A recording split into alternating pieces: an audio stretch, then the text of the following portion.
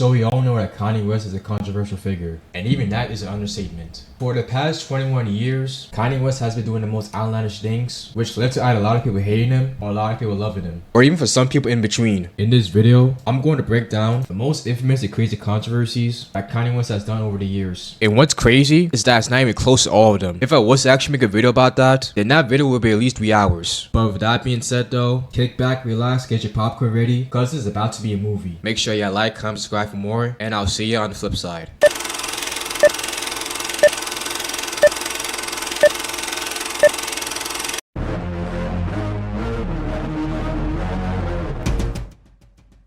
Long time no see, gang. I'm back with another video, and today's video is something a little bit different. We all know about the recent controversies of Kanye, and while personally I do find it crazy, it's not really surprising, to be honest. In fact, South Park has predicted the exact future 13 years before any of this ever happened. Twice. While I'm not gonna go over both episodes in its entirety, I will go over how his actions on the show plays into how he acts in real life. So let's not waste any more time and hop straight into it. So the first episode is called Fish Sticks, and it starts off with Jimmy writing a joke. Carmen walks into his crib and Jimmy comes up with a joke that says, "Do you like fish sticks? Do you like putting fish sticks in your mouth? What are you, a gay fish?" This joke becomes an immediate success, not only across town but also across the nation. While everyone likes the joke, there is one person that doesn't get it whatsoever, and that's Kanye West. In fact, he gets so angry whenever the joke is used at him that he lashes out at anyone that uses it. Meanwhile, Carmen starts taking credit for a joke Jimmy created, and despite his peers and Jimmy himself calling him out for it, he continues to convince himself that he's part of the reason why the joke exists. The theme of this episode is to show how someone's ego can cloud their judgment. Kanye and Carmen are both narcissists that have an inflated sense of self-worth to the point that they both don't think of others with their actions. This is shown in the end of the episode when Carmen twists Jimmy's words to convince him that he's the narcissist, and Kanye, despite claiming that he's a genius, still doesn't get the joke and becomes a little gay fish. This episode is an interesting one because not too long after the episode aired, the infamous Kanye Taylor incident took place on the MTV VMA Awards. Taylor, I'm really happy for you. I'm gonna let you finish. But Beyonce had one of the best videos of all time. One of the best videos of all time.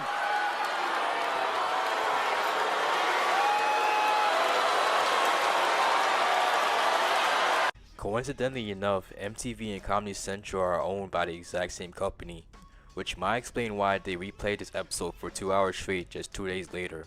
And all these years later, Kanye still doesn't get it, and the writers knew it too. Or like a fish's actual penis, and it's like, and then Trey like turned around, he's like, "Has anybody ever made that joke?" And he's like, "Who could be someone who doesn't have a sense of humor that we can make fun of? Who's the one person in the world who won't have a sense of humor?" And in unison, we were like, "Kanye West." We make them say oh, cause the game's so pimpish.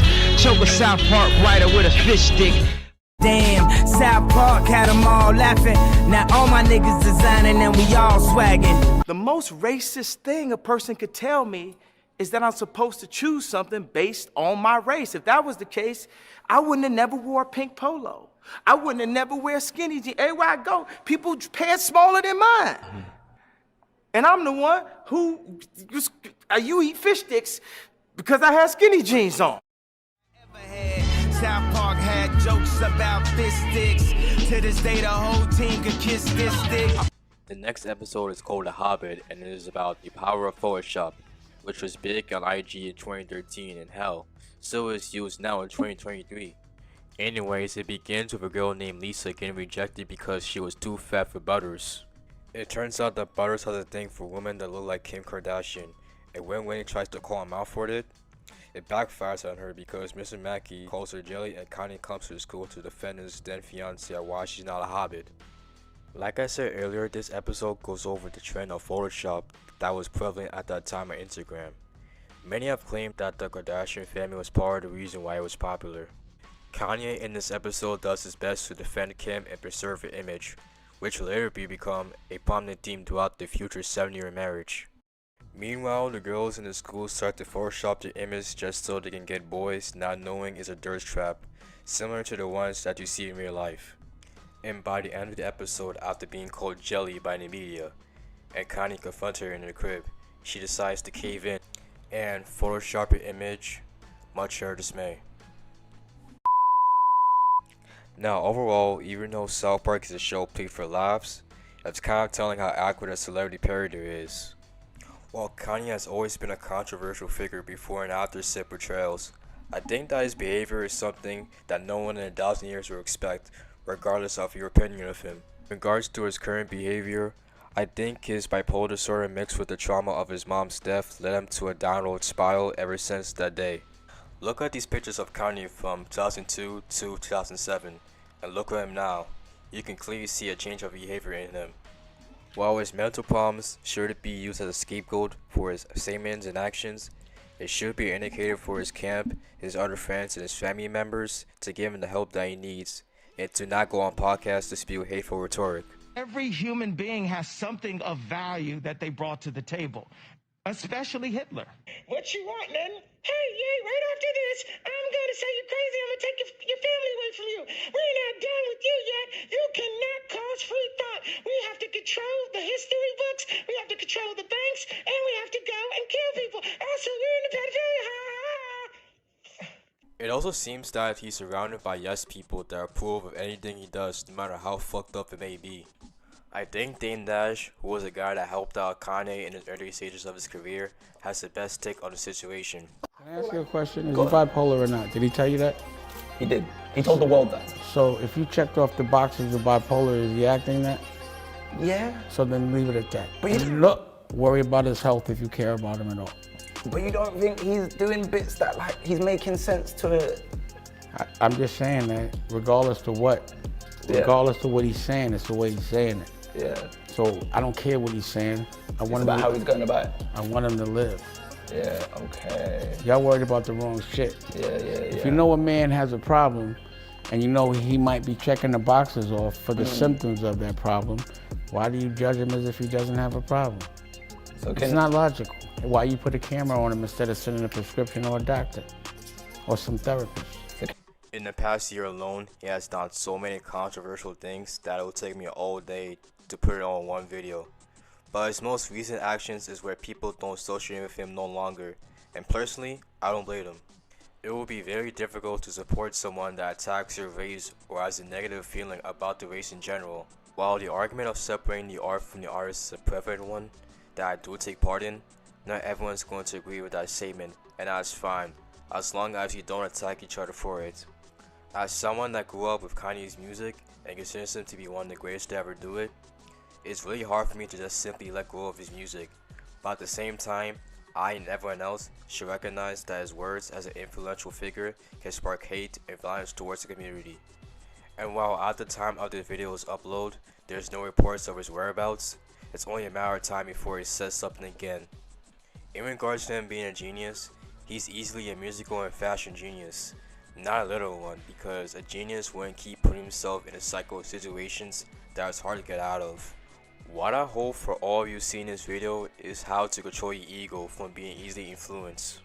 We all should have some form of self-confidence, but it should not come to a point where you alienate everyone around you and your own thoughts just to consider yourself the best. Part of me will always love Ye, but we as people should always call out someone regardless of whether or not you're cool with them or not, or else you lead to enabling behavior. If you agree or disagree with anything said in this video, let me know in the comments. And of course, make sure to like and subscribe with post notifications on if you came all the way here. imKingKenneth is out this bitch. Peace out. 50 Cent, Kanye West, Lil Wayne, all of them are icons in their own right. Their music raised millions of 90s and 2000s babies, including myself, and has influenced the music scene in many ways to where it is back then and even now. When I was a youngin' bro, I used to bump Candy Shop, Lollipop, and Heartless on these small ass MPD players and then sing along to the lyrics. Now if you were to ask me what the former two songs was about back then, I would say it was about candy. But now that I'm older and know what these songs really mean, now I'm like, I don't know how my parents let me bump these songs, but hey man, it is what it is. But enough about me. Today I'm going to be talking about the impact of all three of these artists had, as their music is not only considered to be the greatest in the genre back then and of all time, but it has also led to many future rappers being influenced or in some cases even signed by them. So let's not waste any more time and discuss why I call it the holy trinity of 2000s rap. Starting off with 50 Cent. 50 Cent has a very tumultuous rise to stardom, to say the very least. Growing up in Southside Jamaica, Queens, he was raised by his grandparents after his mom died at the age of 8 and his father left him at an early age as well. Due to his upbringing, he would sell drugs and that would land him in and out of jail as he grew older. In order to change his life around, he would start rapping, where he was eventually introduced to Jam Master Jay of Run DMC. He would establish more relationships, later signed to the Trackmasters in 1999, and was prepared to release his debut studio album called Power of the Dollar. Then, this happened.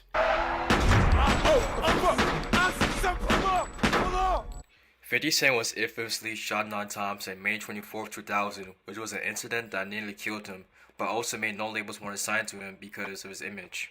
That was until Eminem heard his mixtapes and liked them so much that he convinced Dr. Dre to come up with a joint deal, where 50 was signed to Shady Records and Aftermath Records, and thus 50 Cent was born.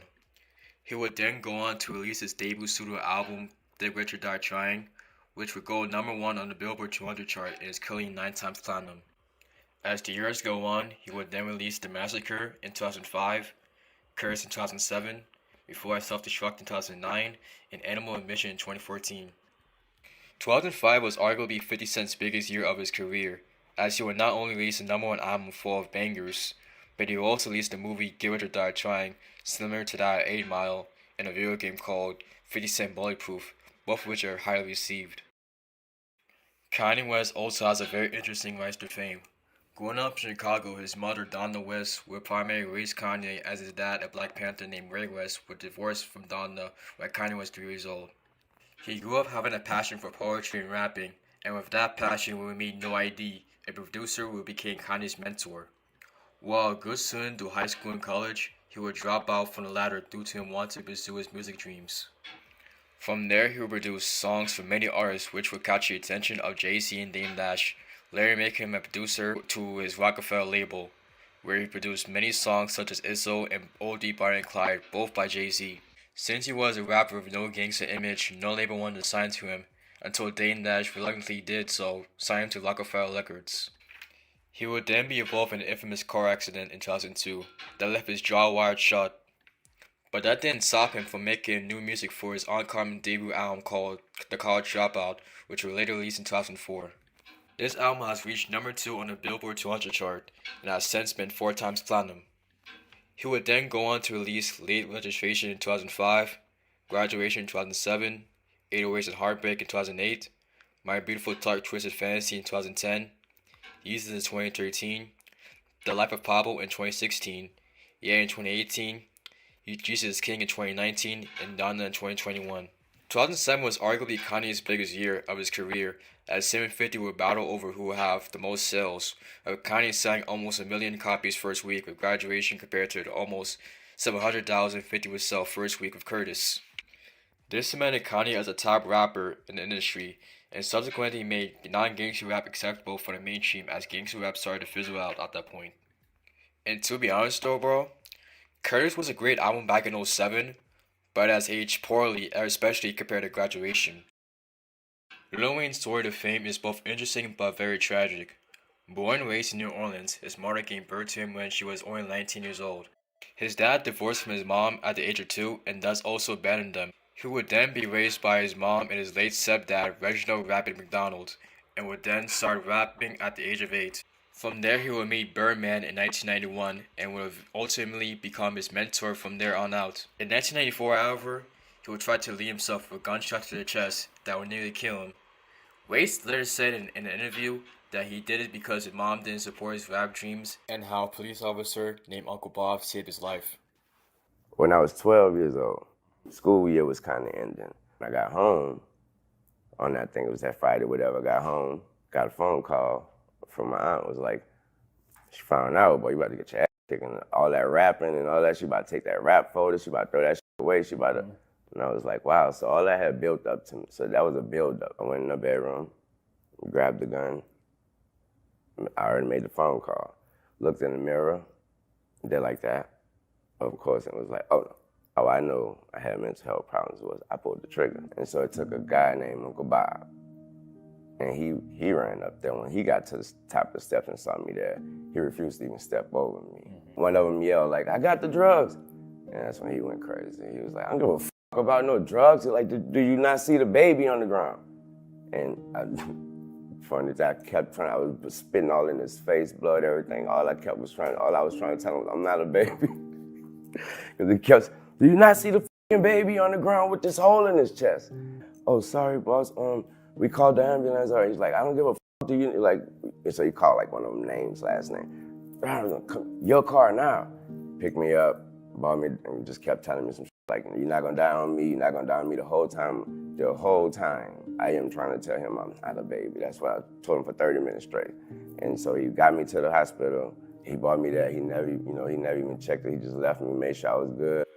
In 1997, at the age of 14, he would join the Hot Boys with rappers Juvenile, BG, and Turk of Cash Money Records. He would be featured in many Hot Boys albums, but was also featured in Juvenile's Back That Ass Off in 1998. Wayne from then on would release The Block Is Hot in 1999, Lights Out in 2000, and 500 Degrees in 2002. While commercially and critically acclaimed, none of these albums would make Wayne reach mainstream status until the release of The Carter in 2004. This album reached number 5 on the Billboard 200 chart and has since been certified platinum. Moving forward, he would then go on to release The Carter 2 in 2005, The Carter 3 in 2008, Rebirth in 2010, I Am Not a Human Being also in 2010, The Carter 4 in 2011, I Am Not a Human Being 2 in 2013, Free Reason album in 2015, The Carter 5 in 2018, and Funeral in 2020. 2008 was arguably the best year of Lil Wayne's career, as his album The Carter 3 sold over 1 million copies first week, reached number 1 on the Billboard 200 chart, while also being featured in many songs, many of which been ranked high on the charts as well. While all three of these rappers have a completely different sound, with 50 Cent having the East Coast gangster rap sound, Kanye West having an artistic progressive style of rap, and Lil Wayne having a southern trap style of rap, they also have very similar come-up stories. All of them was involved in incidents that could have taken their lives at a young age. All of them had some sort of struggle in their childhood. But most importantly, all of them found a mentor that would discover them and will ultimately lead to where they are today. It's with that where all three rappers paid it forward to other oncoming rappers by signing them to their own label. 50 Cent would give us genuine records, which included Tony Ayo, Lloyd Banks, Young Buck, The Game, while also revitalizing the career of Mobb Deep. Kanye West would give us good music with artists such as John Legend, Big Sean, Tiana Taylor, Kid Cudi, Common, and Pusha T, among others. Lil Wayne would give us Young Money Entertainment, that would give us Corey Guns, Gutta Gutta, Tyga, and of course Drake and Nicki Minaj. All three of these artists are three of my all-time favorites back in the day and even now. Like bro, I deadass dressed up as 50 Cent one year for Halloween. While they also entertained me and others throughout the years with their music, they also entertained us through various funny online clips through the years. This is a special ASLELS challenge for you, Floyd. If you can read one full page of a Harry Potter book, nigga, I'll give $750,000 to whatever charitable organization you want to. Fuck the bucket of ice, man. You ain't got the answers, man. You ain't got the answers. You ain't got the answers. You ain't got the answers, Sway. I've been doing this more than you. Since the 2000s, they have all become businessmen, taking a backseat from rap, with 50 becoming a TV and movie actor and producer with shows like Power and BMF. Kanye opening up a school and agency in his mom's name and creating Yeezys, even though it's no longer a thing now due to his comments. For more info on that, check out this video if you haven't already after this video ends. Now back to the video. And Wayne creating a sports agency and having his very own weed brand. The industry wouldn't be where it is today without these three individuals. 50 has inspired many artists including Gucci Mane, Chief Keef, and Young M.A, with the latter two inspiring Chicago drill and NYC drill, respectively, which made the careers of other artists such as Lil Durk and Late Pop Smoke. Kanye has inspired many different artists such as Travis Scott, Lil Uzi Vert, Chance the Rapper, and Kendrick Lamar, Like, yo, this man is so inspiring that he has AI covers of himself. I'm sorry I neglected you. Oh, I never expected you to run away and leave me feeling this empty. Wayne has inspired, well, pretty much the entire rap scene, as Wayne was the first rapper to have dreads and multiple tattoos, a point that he made and God did. If you were to ask me my favorite albums of each rapper, it goes as follows: Get Rich or Die Trying, Graduation, and The Carter 3. While we all know they're great, we should all acknowledge exactly why they are great, and I hope with this video it will show why they all need their flowers while they're here as artists of their craft. Regardless of your opinion of them as entertainers or as people, they deserve their very place in the industry. But yeah, that's it for the video, y'all. I hope y'all enjoy it, and if you do, don't forget to like and comment, subscribe if you haven't already. I'm imKingKenneth, and I'm out this bitch. Peace out, gang. If you can communicate this product, you can make money off the product. Because look at Gaga. She's the creative director of Polaroid. I like some of the Gaga songs. What the fuck does she know about cameras? What shit? Is you gonna suck my? You know what I'm saying? I'm trying to go crazy.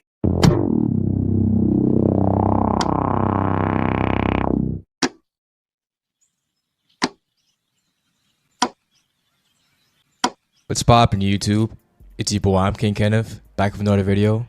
And bro, I don't know if these rappers have been taking advice from Cat Williams or 50 Cent. Well, all these rappers have been beefing recently, and there's so much to catch up to. So to briefly sum it up, since my last video, Drake has dropped a diss track, and he definitely has turned the tables with this one. I could never be nobody #1 fan. SZA got you wiped down, Travis got you wiped down, Savage got you wiped down. What's a prince to a king? He a son, nigga. Your first #1, I had to put it in your hand. And of course, the internet was in a frenzy when it's dropped, and literally hours after it dropped, Rick Ross dropped a diss track of his own. Ghost writers, they get the floss what you could have had. Another white boy at the park wanna hang with the crew. Told you niggas stay scheming. I predicted my fate. But even before Drake dropped that diss track, J. Cole dropped My Delete Later.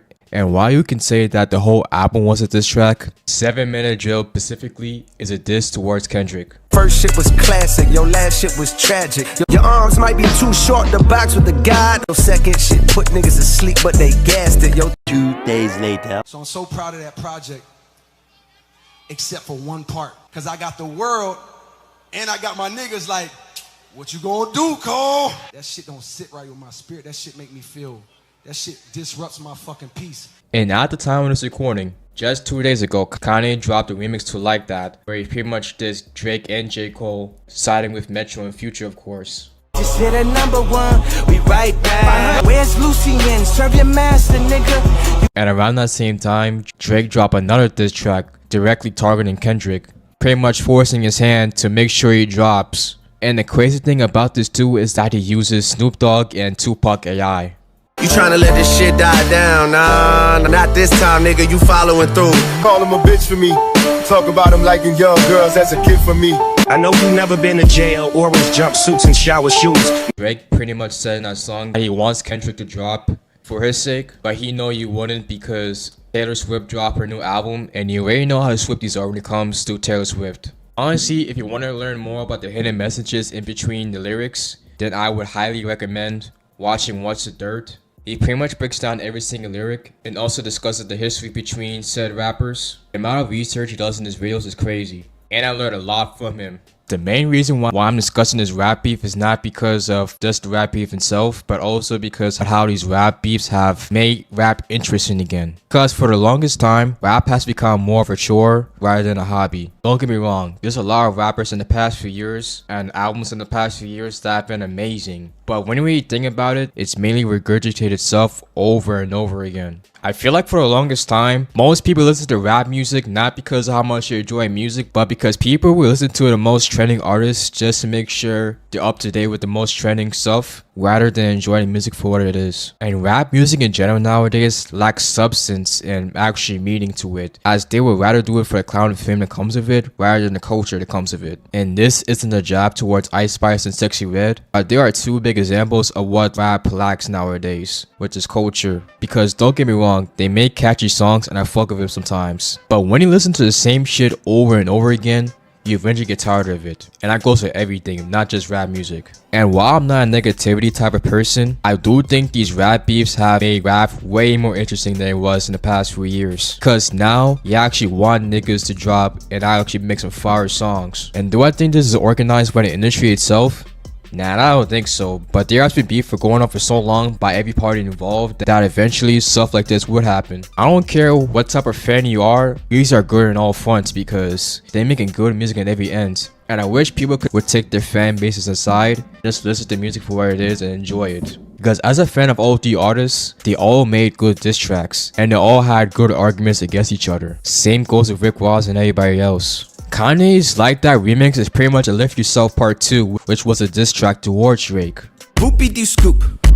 Scoop dee dee whoop. And then a month after that, Drake dropped Duppy Freestyle, and after that, Pusha T dropped The Story of Adidon. Anyway, you know how that worked out.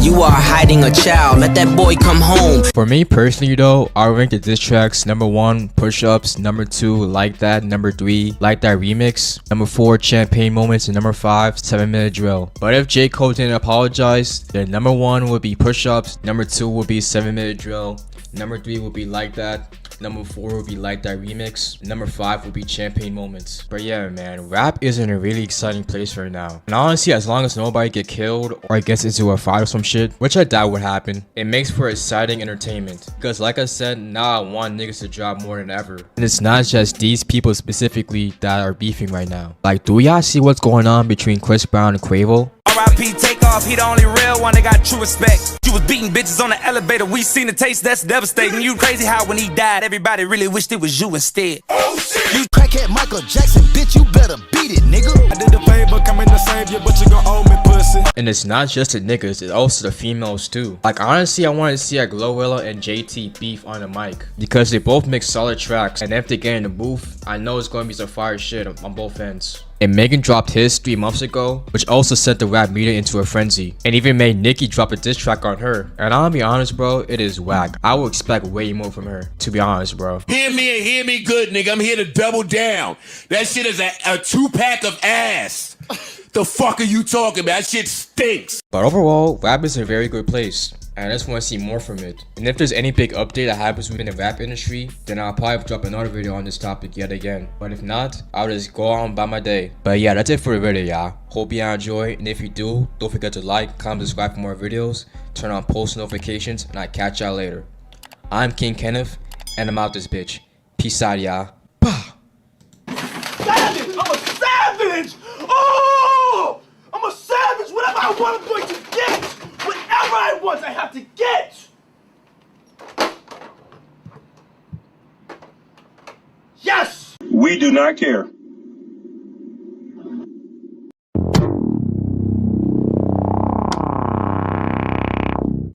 What's really good YouTube? It's your boy imKingKenneth back with another video, and today we're gonna talk about the decline of music recently and how I believe music has turned to fast food products. And what I mean by fast food is what you think it is. Music was once a burger that was homemade and has high quality taste, to now a McDonald's burger that may taste good for like the first 10 minutes, but then immediately afterwards you feel like and that's because of one reason: social media. I'm pretty sure everybody knows that TikTok is the reason why artists is putting out lackluster music, but it wasn't always like this. And I feel like this only has been a thing for like the past 2 years. Because when you look at Vine, Musically, and TikTok from like 2019 and 2021, music that went viral on TikTok happened by accident. Usually due to dance challenges, skit videos, or just music being used in the background.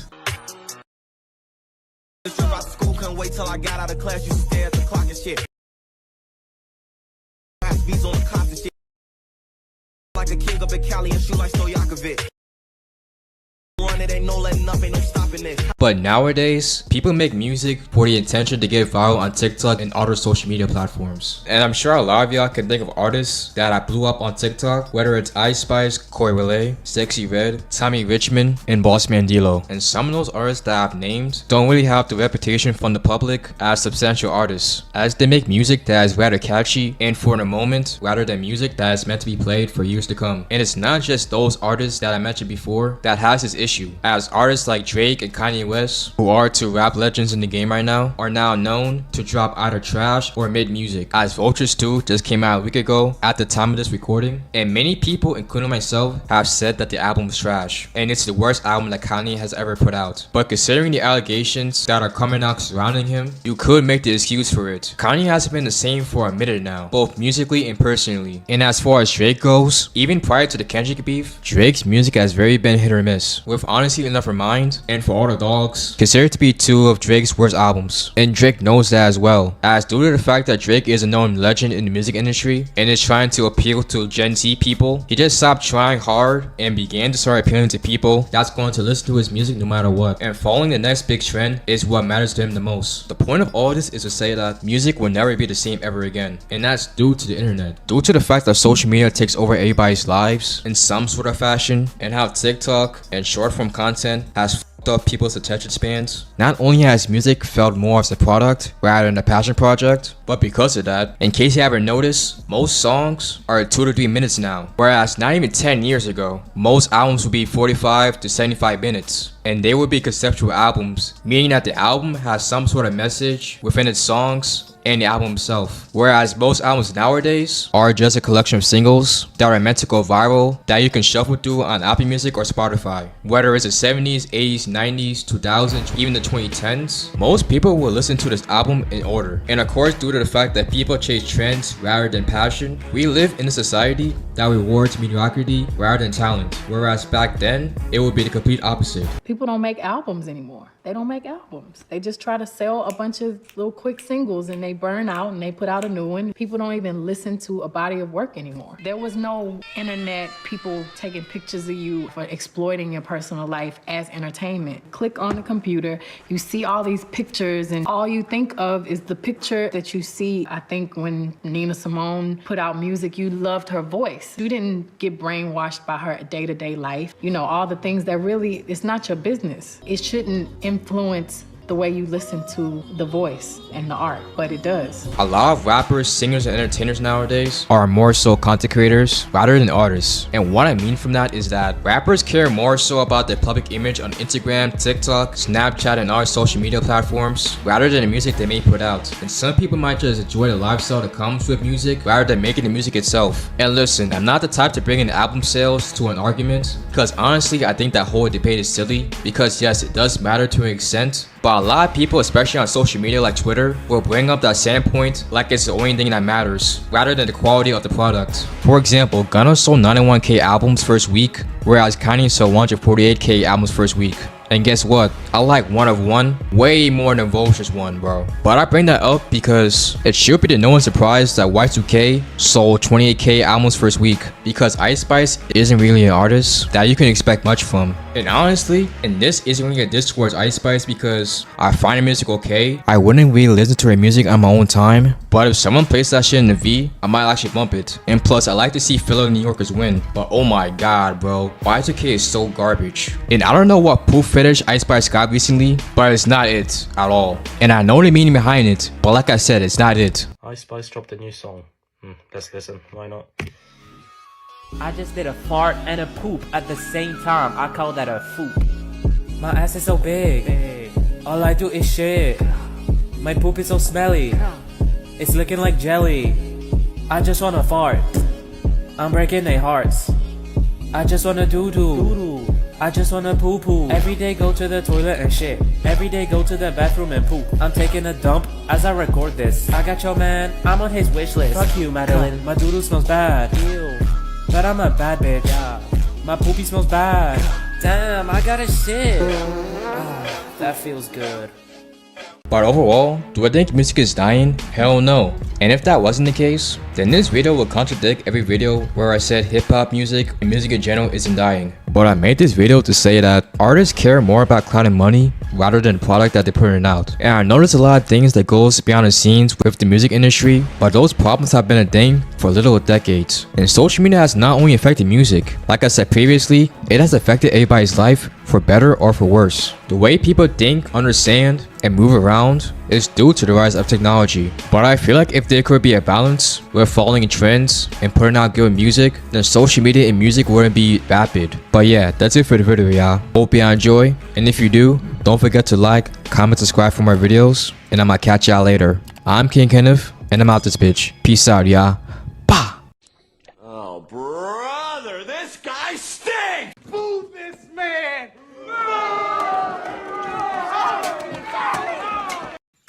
What's poppin' YouTube? It's your boy imKingKenneth, back with another video. And today, we're gonna talk about cancel culture. Because I'm gonna say right off the bat, it's fake. And in this video, I'm gonna go over all the reasons as to why it is, and examples of celebrities that have been cancelled. So with that being said, let's not waste any more time and head straight to the video. But I'm pretty sure everybody watching this video knows what cancel culture is. But in case you don't, let me explain. Cancel culture is pretty much boycotting a celebrity based on their actions. If a celebrity does anything morally reprehensible, then the general public will cancel them by simply not endorsing their work. But a majority of the time when that does happen, it ends up never working.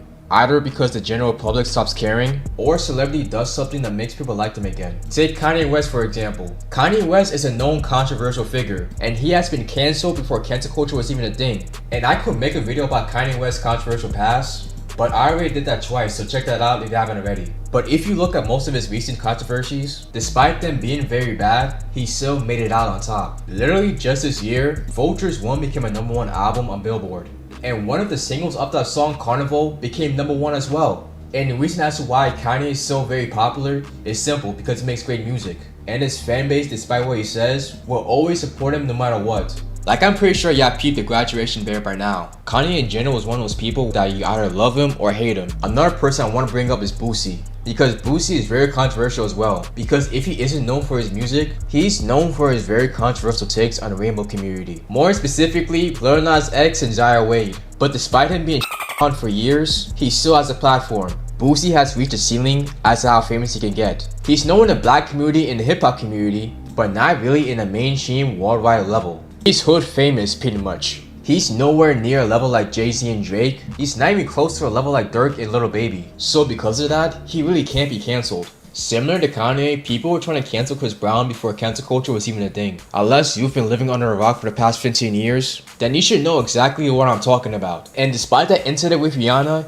he still has a fan base. Same thing with the other altercations that happened in the past, like Karuchi for example. And I know a documentary came out about these instances, but until a very serious allegation comes out that would actually end up leaving him in jail, I don't see Chris Brown canceled anytime soon. Because when people bring up the violence against women, people will be like, what's new? Or they're just simply talking about the same thing for the past 15 years. This doesn't just apply to regular celebrities. This also applies for content creators. Because there have been plenty of YouTubers that people wanted to be cancelled, but that end up never happening. Whether it's Logan Paul, IShowSpeed, Mr. Beast, and Kai Cenat, etc. People have been trying to cancel them, some of them justifiable, some are not, for years. If people were actually serious about Logan Paul getting cancelled, then he literally wouldn't have a platform since the Japan incident. But since then, he created Prime KSI, was literally a United States champion in the WWE, and also created Linktree with Mr. Beast and KSI. With Mr. Beast even before the Dogpack videos, people have been trying to cancel him for years. Literally for helping people, whether it's building wells to Africa, or curing blind and deaf people. With Kai and Speed, it's more so jealousy than actual hate. Even though sometimes they should be called out for some things. Whether it's the whole E-Day situation. I got a psychological question, okay? Say if we're the last two people on Earth and we had to reproduce to make the world continue, would you reproduce with me? No, because that means our kids will have to intertwine and then their kids. No. Who gonna stop me? I will. Who's gonna stop me? I will. If we the last two people on Earth, who gonna stop me? You're not stopping me. If we the last two people on Earth, who gonna stop me? Yeah. Come on. Or even a riot that happened last year. Because even though it was a good idea with good intentions, it was very mishandled. And I was there too, and it was crazy. But people sometimes drag it too much. Like, people were saying that the jail stream that Kai Cenat was doing was sending a bad message to the black community. Even though most people, including myself, only saw it as a live skit. And I know some people are going to bring up the baby, but I don't think it's canceled either. And let me explain. People were already hanging on the baby before Rolling Loud. You didn't show up today with HIV, AIDS, any of them deadly sexually transmitted diseases that'll make you die in 2-3 weeks. Put a cell phone light in the air. Lady, if your smell like water, put a cell phone light in the air. Fellas. Lights up. Fellas, if you ain't sucking the parking lot, put your cell phone lights in. Let's be real about this. Yeah, keep it real. Some of y'all niggas suspect as a mom. Let's be real.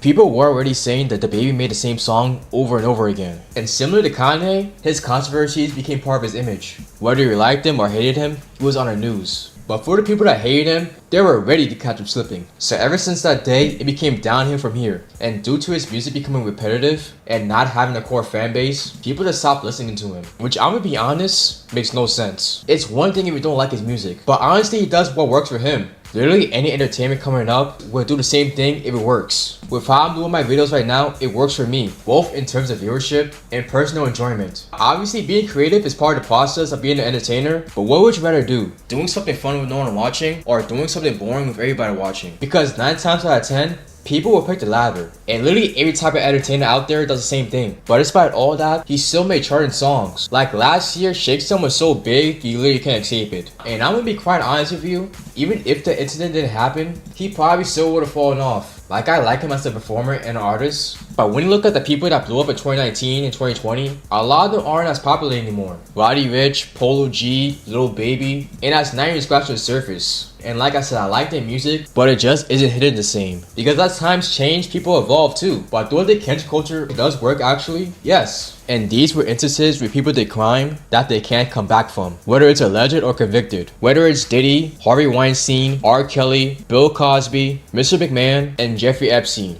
I know people, including myself, hate how sensitive the world is nowadays. But if these changes didn't happen, then they will probably be doing the same shit today. So moral of the story, cancel culture only works if you mean it. And it's a very justifiable reason as to why. But yeah, that's it for the video, y'all. Hope y'all enjoy. And if you do, don't forget to like, comment, subscribe for more videos, and I'm gonna catch y'all later. I'm imKingKenneth, and I'm out this bitch. Peace out, y'all. Bah! Shut the fuck up.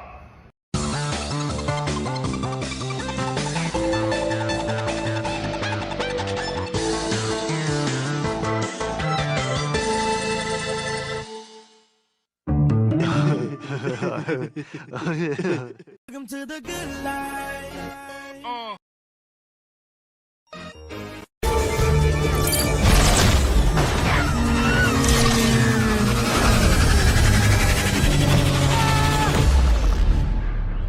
What's up YouTube? It's your boy imKingKenneth back with another video. And today, as you see by the title, yet again, we're going to be talking about Kanye West. Because yes, unfortunately, he crashed out yet again. And no, most of the stuff isn't surprising at all, especially if you know Kanye's track record. But I have to talk about this because one, I hope this video is a cautionary tale about how fame and mental health can mess you up big time if it goes unchecked. And also it's a cautionary tale to never meet your heroes. So with all that out of the way, let's not waste any more time and head straight to the video. Alright, so for the uninitiated, Kanye is back on the news yet again for doing dumb stuff. 2 weeks ago at the time of this recording, Kanye and his wife Bianca pulled up to the Grammys, and as they were doing the usual red carpet, his wife took off her robe to reveal that she's wearing a very revealing dress. And I'm not just talking showing cleavage. You could literally see every single private part. And while obviously I cannot show you this because my channel will be nuked, but if you just go on Google, you'll see it. And if you think that was bad enough, just wait till you see what happens next. As Kanye within the next few days started to treat the most out-of-pocket things. Some of it you will expect, while some of them you don't. As Kanye yet again shows his anti-Semitism by saying he likes a very certain Austrian, which I'm sure you can all guess. Saying that Jewish people held him back. Saying that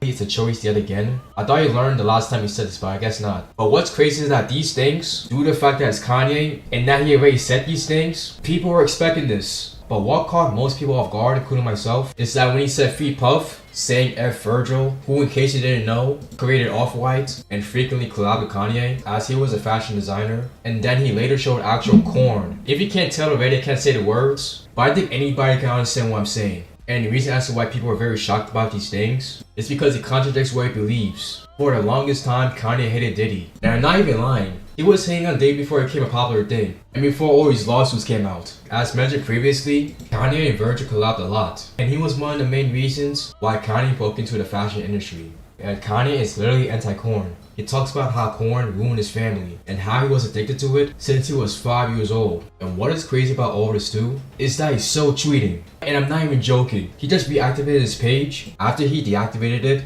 and he's still tweeting nonsense. And in multiple tweets, he supported Drake. And it's a bit off topic, but I gotta say, that new album was very underwhelming. There's some hits in there, but man, Drake hasn't had a classic album since Views, and that was almost 10 years ago. That's just my opinion, but let me know in the comments. But anyways, back on track, I bring all this up to say that Kanye doesn't know what he stands for anymore. Kanye flip-flops whenever he pleases, and he cares more about the clout and attention rather than the point that he stands for. One of the reasons as to why people love Kanye in the beginning is because he wanted to get the grain. In a time where celebrities didn't do that very often, and whether you liked him or hated him, you could at least understand his points, or at least found him entertaining. But now it comes out more as desperate rather than actual statements. And when you flip-flop your narratives, no one will believe you. And it's a simple case of the boy that cried wolf, and we all know about the story. And I think Kanye realizes that that's one of his marketing ploys. So he does it every time he has to market something, whether it's Yeezy or new music. And he's doing this now to promote Bully, which supposedly is an AI album. AI in general, while it could be beneficial, doesn't work in this case. Because a lot of people are sick and tired of AI, including myself. And we definitely don't want to hear that in music. A lot of people hate music as is nowadays. And the difference between AI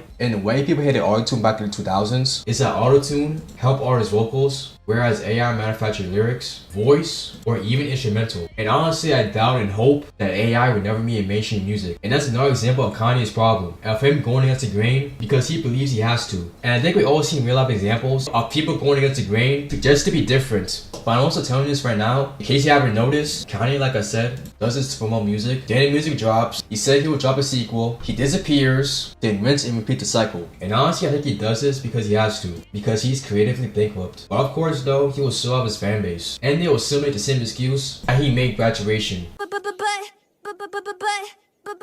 And listen, I understand, because I'm a big advocate of separating the art from the artist. But I also understand that when you do that, especially in extreme circumstances, that you gotta understand why people don't want to support them no more, and that you also acknowledge that the artist is a POS, and Kanye right now is a walking PR nightmare. You know it's bad when Tyler the Creator and Travis Scott unfollowed him on Twitter, and they're big Kanye fans and literally almost defend him no matter what. But with that being said, do you think Kanye would be cancelled? No. Because like I said, he still has a fan base, and this is a repeating cycle. Once this will blow over, he will drop music again, and he will soon be on the charts, and when he starts another controversy, people will hate him again. But the fact that this is even happening is a bad thing. He should always be receiving love, but Kanye keeps digging himself to a bigger hole each time. And if you watch any of my previous videos about Kanye and similar topics, then you know that he literally does it to himself, and tries to blame his past, whether it's his bipolar disorder, or the death of his mom. Which, don't get me wrong, there are two things that can mess up someone's psyche. But that's not a crutch as to why people behave a certain way. And with both of those things happening for the majority of his life, he should have been found a way to navigate that. But now that's part of his persona. And now he unfortunately reap what he sows. And before I get to my last point, there's some rumors going around about Bianca and Kanye divorcing,